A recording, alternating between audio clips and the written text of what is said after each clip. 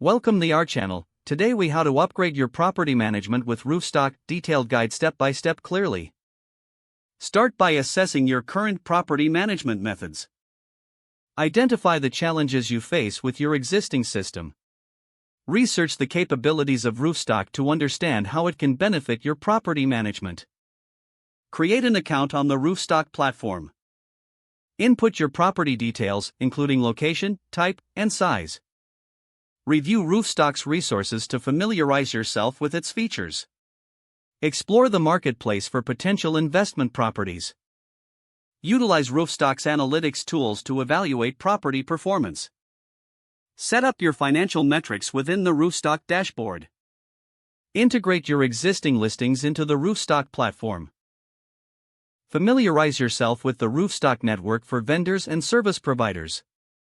Evaluate Roofstock's tenant screening process to ensure quality renters. Implement Roofstock's maintenance request system for streamlined service. Monitor your properties through Roofstock's reporting features. Attend Roofstock webinars or consult their support for additional insights. Utilize Roofstock's investment analysis tools to make informed decisions.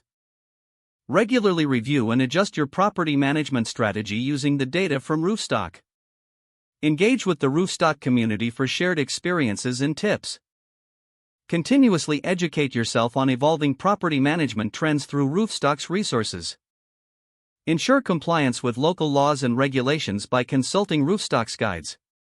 Implement feedback from tenants to improve your management approach. Track your property performance over time using Roofstock's analytical tools. Celebrate milestones as you upgrade your property management process with Roofstock. If the page does not load, refresh the browser or try again in a private or incognito window. Make sure you are using the correct email address, then retype it carefully to avoid small typos.